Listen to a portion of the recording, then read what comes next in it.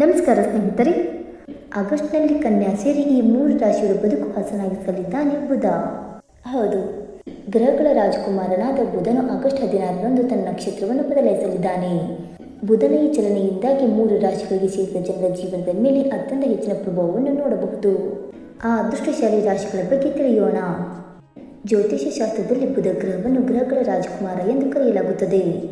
ಇದು ವ್ಯಕ್ತಿಯ ಜೀವನದ ಮೇಲೆ ವಿಶೇಷವಾದ ಪ್ರಭಾವವನ್ನು ಬೀರುವುದು. ಸಮಯಕ್ಕೆ ಸರಿಯಾಗಿ ಬುಧ ಗ್ರಹವು ತನ್ನ ಚಲನೆಯನ್ನು ಬದಲಾಯಿಸುವ ಮೂಲಕ ಎಲ್ಲ 12 ರಾಶಿಗಳಿಗೆ ಸೇರಿದ ಜನರ ಜೀವನದ ಮೇಲೆ ಪ್ರಭಾವವನ್ನು ಬೀರುವುದು.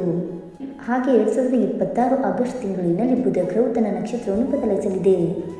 ಜ್ಯೋತಿಷ್ಯದ ಪ್ರಕಾರ ಬುದ್ಧಿ, ಶಿಕ್ಷಣ, ತರ್ಕಶಕ್ತಿ, ಮಾತು, ಸಂಚಾರ, ಲೇಖನ, ಗಣಿತ, ಬ್ಯಾಂಕಿಂಗ್, ವ್ಯಾಪಾರ, ಮಾಧ್ಯಮ ಇತ್ಯಾದಿಗಳನ್ನು ಪ್ರತಿನಿಧಿಸುವ ಗ್ರಹವಾದ ಬುಧವು 2026 ಆಗಸ್ಟ್ 16ರಂದು ಆಶ್ಲೇಷ ನಕ್ಷತ್ರವನ್ನು ಪ್ರವೇಶ ಮಾಡುವುದು.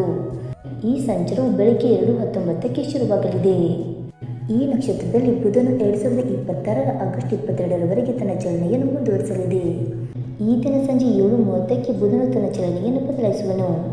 ಈ ನಕ್ಷತ್ರದ ಮೊದಲು ಬುಧವು ಪುಷ್ಯ ನಕ್ಷತ್ರದಲ್ಲಿ ತನ್ನ ಸಂಚಾರವನ್ನು ಮಾಡುತ್ತಿರುವನು.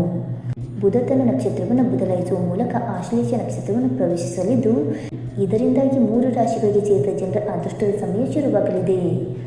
ಹಾಗಾಗಿ ಯಾವ 3 ರಾಶಿಗಳಿಗೆ ಸೇರಿದ ಜನರು ಈ ಅವಧಿಯಲ್ಲಿ ಸಾಕಷ್ಟು ಶುಭಫಲಗಳನ್ನು ಗಳಿಸಲಿದ್ದಾರೆ ಎಂದು ತಿಳಿದುಕೊಳ್ಳೋಣ ಬನ್ನಿ ಸ್ನೇಹಿತರೆ. ಅದಕ್ಕೂ ಮುಂಚೆ ನೀವು ನಮ್ಮ ಚಾನಲ್ಗೆ ಸಬ್ಸ್ಕ್ರೈಬ್ ಮಾಡದೆ ನೋಡ್ತಾ ಇದ್ದರೆ ದಯವಿಟ್ಟು ನಮ್ಮ ಚಾನಲ್ಗೆ ಸಬ್ಸ್ಕ್ರೈಬ್ ಮಾಡ್ಕೊಳ್ಳಿ ಸ್ನೇಹಿತರೆ.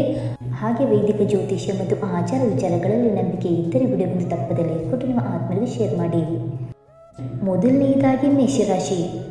ಮೇಷರಾಶಿಯು ಬುಧ ಗ್ರಹದ ಪ್ರಿಯವಾದ ರಾಶಿಗಳಲ್ಲಿ ಒಂದು ಎಂದು ಹೇಳಲಾಗುತ್ತದೆ. ಹಾಗಾಗಿ ಮೇಷರಾಶಿಗೆ ಸೇರಿದ ಜನರು ಆಗಸ್ಟ್ 16ರಂದು ಗ್ರಹಗಳ ರಾಜಕುಮಾರನಾದ ಬುಧನು ತನ್ನ ನಕ್ಷತ್ರವನ್ನು ಬದಲಾಯಿಸುವ ಮೂಲಕ ಬಹಳಷ್ಟು ಶುಭಫಲಗಳನ್ನು ಪಡೆಯಲಿದ್ದಾರೆ. ಈ ಸಂದರ್ಭದಲ್ಲಿ ಮೇಷರಾಶಿಗೆ ಸೇರಿದ ಜನರ ಮಾತಿನಲ್ಲಿ ಮಾಧುರ್ಯ ಹೆಚ್ಚಾಗುವುದು. ಇದರಿಂದಾಗಿ ಸಂಬಂಧಗಳಲ್ಲಿ ಬಿರುಕು ಉಂಟಾಗುವುದಿಲ್ಲ. ಹಾಗೆ ವ್ಯಾಪಾರ ವ್ಯವಹಾರವನ್ನು ಮಾಡುವ ಮೇಷರಾಶಿಗೆ ಸೇರಿದ ಜನರು ಬುಧದೇವನ ವಿಶೇಷ ಕೃಪೆಗೆ ಪಾತ್ರರಾಗುವುದರಿಂದ ನಿಮ್ಮ ಸಮಸ್ಯೆಗಳೆಲ್ಲವೂ ಈ ಅವಧಿಯಲ್ಲಿ ಕಡಿಮೆಯಾಗುವುದು. ಜೊತೆಗೆ ಈ ಅವಧಿಯಲ್ಲಿ ನೀವು ಹೂಡಿಕೆಯನ್ನು ಮಾಡುವುದರಿಂದ ಯಶಸ್ಸು ಗಳಿಸುವ ಸಾಧ್ಯತೆಯು ಕೂಡ ಬಹಳಷ್ಟು ಹೆಚ್ಚಾಗಲಿದೆ. ಎರಡನೆಯದಾಗಿ ಮಿಥುನ ರಾಶಿ. ಮೇಷರಾಶಿಯ ನಂತರ ಮಿಥುನ ರಾಶಿಗೆ ಸೇರಿದ ಜನರು ಆಶ್ಲೇಷ ನಕ್ಷತ್ರವನ್ನು ಪ್ರವೇಶಿಸಲಿರುವ ಬುಧನಿಂದಾಗಿ 2026 ಆಗಸ್ಟ್ 16ರಿಂದ ತಮ್ಮ ಜೀವನದಲ್ಲಿ ಬಹಳಷ್ಟು ಸಕಾರಾತ್ಮಕ ಪ್ರಭಾವಕ್ಕೆ ಒಳಗಾಗುವರು. ಹಾಗೆ ಈ ಸಂದರ್ಭದಲ್ಲಿ ಮಿಥುನ ರಾಶಿಗೆ ಸೇರಿದ ಜನರ ಬುದ್ಧಿವಂತಿಕೆ ಸಾಕಷ್ಟು ವೃದ್ಧಿಯಾಗುವುದು. ಇದರಿಂದಾಗಿ ನಿಮ್ಮ ಅಪೂರ್ಣ ಕೆಲಸಗಳನ್ನು ಯಶಸ್ವಿಯಾಗಿ ಪೂರ್ಣಗೊಳಿಸಲು ನಿಮಗೆ ಸಾಧ್ಯವಾಗಲಿದೆ. ಜೊತೆಗೆ ಮಿಥುನ ರಾಶಿಗೆ ಸೇರಿದ ಜನರ ಸಂಚಾರ ಸಾಮರ್ಥ್ಯವು ಈ ಅವಧಿಯಲ್ಲಿ ಸಾಕಷ್ಟು ವೃದ್ಧಿಯಾಗುವುದು.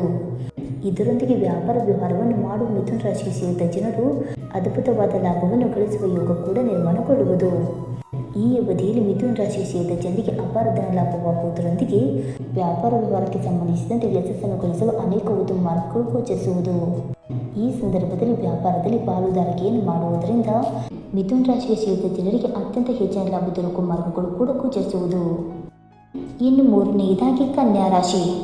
ಗ್ರಹಗಳ ರಾಜಕುಮಾರ ಎಂದು ಕರೆಯಲ್ಪಡುವ ಬುಧನು 2026 ಆಗಸ್ಟ್ 16ರಂದು ತನ್ನ ನಕ್ಷತ್ರವನ್ನು ಬದಲಾಯಿಸುವ ಮೂಲಕ ಆಶ್ಲೇಷ ನಕ್ಷತ್ರವನ್ನು ಪ್ರವೇಶಿಸಲಿದ್ದು, ಇದರಿಂದಾಗಿ ಅದೃಷ್ಟದ ಸಂಪೂರ್ಣ ಬೆಂಬಲವನ್ನು ನೀವು ಪಡೆಯುವುದರಿಂದ ಅತ್ಯಂತ ಹೆಚ್ಚಿನ ಪ್ರಯೋಜನಗಳನ್ನು ಈ ಸಂದರ್ಭದಲ್ಲಿ ನೀವು ಪಡೆದುಕೊಳ್ಳುವಿರಿ.